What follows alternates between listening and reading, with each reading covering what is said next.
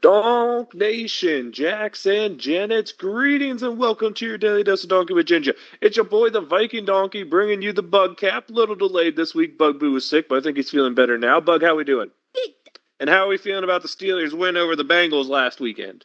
So, Yeah, crazy performance. The Steelers putting up 44 points while giving up 38 points. I mean, it was awesome to see the points being scored. It was great. It gives you hope that this offense can be maybe something really special, maybe not special because the Bengals have a bad defense, but something a big positive for this team going forward. But it raised a lot of questions about the defense at the same time. It's like it was a great game, seeing us actually able to score points in a fun shootout, win a shootout, put up 40 points for the first time since like 2018. It was a great game to see, was it not? Lots of points being scored. The defense chipped in with a touchdown. Things started off poorly for the Steelers. Why don't you break down opening drive, a pick six to start the game for the Steelers? I mean, I was talking last week about needing an opening drive touchdown. Not what I meant. What did you see on the play? Russell Wilson throwing the ball to the defense. Pick six. Yeah, George Pickens gets knocked over, whether as legally or illegally is the big question a lot of people have. No flag, though, and it turns into a pick six, a bad start for Russ. A thing that's a little bit worrying, but he comes out, he ends up throwing for 414 yards, 3 touchdowns, 1 interception. The running game was pretty solid out there, I would say. Not a whole lot of running for the fact that the Steelers were in the lead for quite a bit of that game, but a touchdown for Najee Harris added in there on the ground as well. We didn't see any receivers really have a great day, Bug, but we saw a bunch of them put in that 80 to, let's call it, 40-yard range. I mean, Van Jefferson was in there, Najee Harris, Jalen Warren, Pat Freiermuth, George Pickens, all in that area. Of course, Calvin Austin catching another touchdown. You like to see that? Yeah. Also taking a pretty big hit at the end of the game where it looked like he got a concussion, huh? Yeah, he did. Yeah, he seemed to take a lot of big hits in this game, but we'll keep talking about the offense here and what we saw.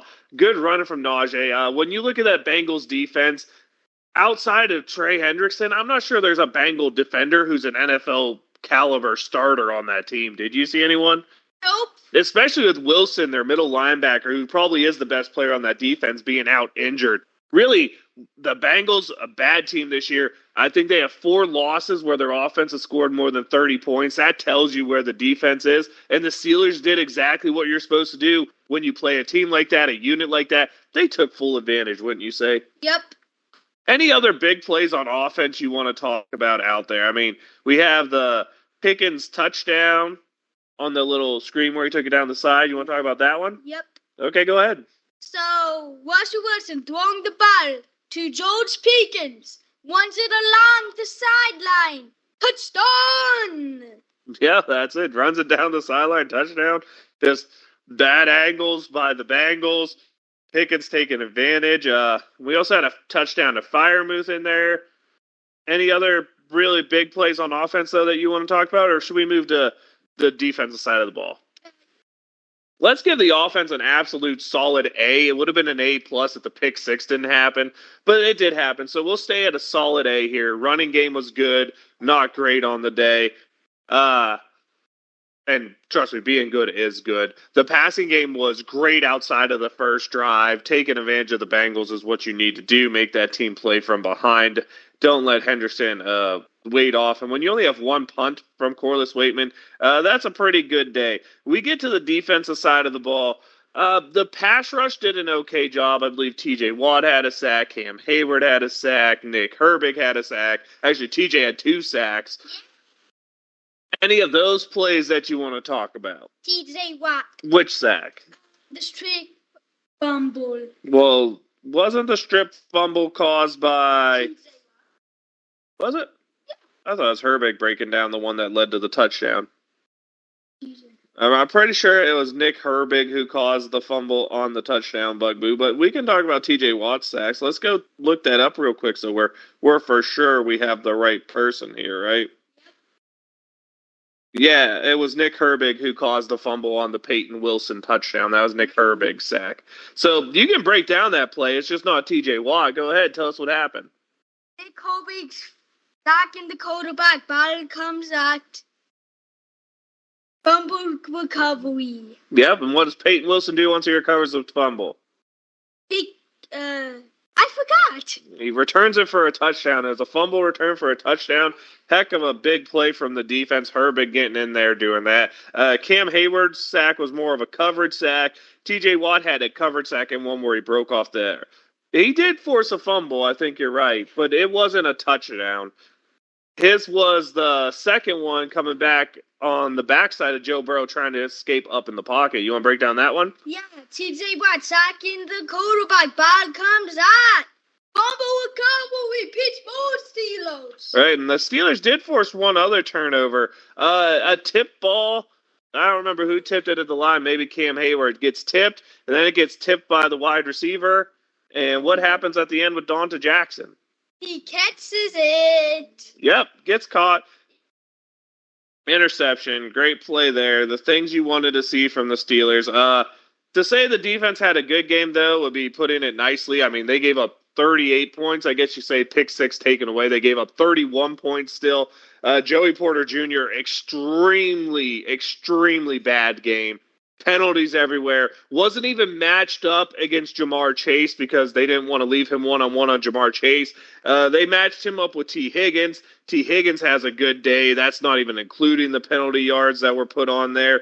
Running the ball, everybody who ran the ball averaged at least 4 yards a carry. The running backs averaged over 6 yards a carry, I believe, and had a touchdown. It just was not a good day defensively. I mean, Chase goes off for 86 and a touchdown. Higgins has 69 and a touchdown. Gesicki adds 53 more.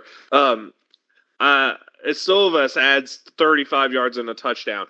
The 3 turnovers are huge. That's what keeps this as a B minus for me in terms of the defense, was forcing 3 turnovers. But giving up 30-plus points and just getting absolutely ransacked. The Bengals did what they wanted to do on offense all day. Thank goodness their defense can't stop anyone. But giving up 38 points to the Bengals, that's rough sledding. Yep. Anything else you want to say about the Steelers' defense? Nope. Anything else you want to say about this game? Nope. No? Well, Boswell missed another field goal.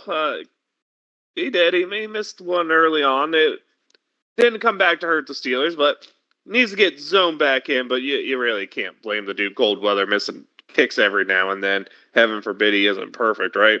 But the Steelers do what they should do. They take advantage of a bad defense. They do enough forcing turnovers to really make the difference, I guess you could say, on our side of defense, stopping the Bengals offense. Special teams was okay. Like I said, Boswell missed a field goal. Waitman's punt was only 38 yards. So it was okay. His punt did land inside the 20, so he did what he was supposed to do, pin him back.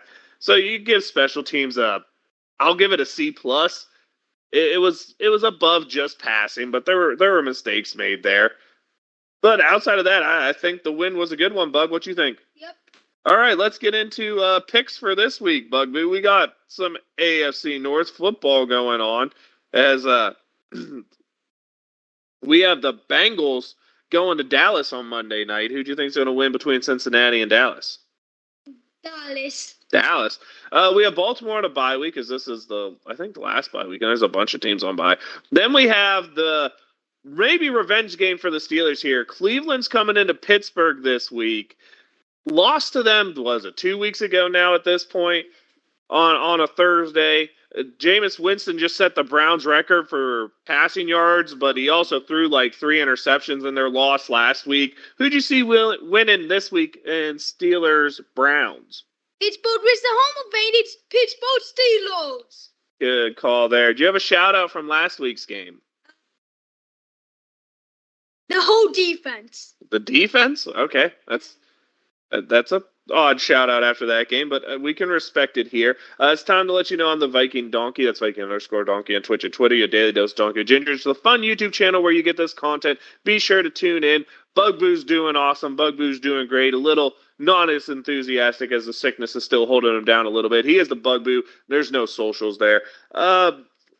You know what? I guess it's time to say Donk Nation, Steeler Nation. Love y'all. Wave them if you got them. Pittsburgh Steelers.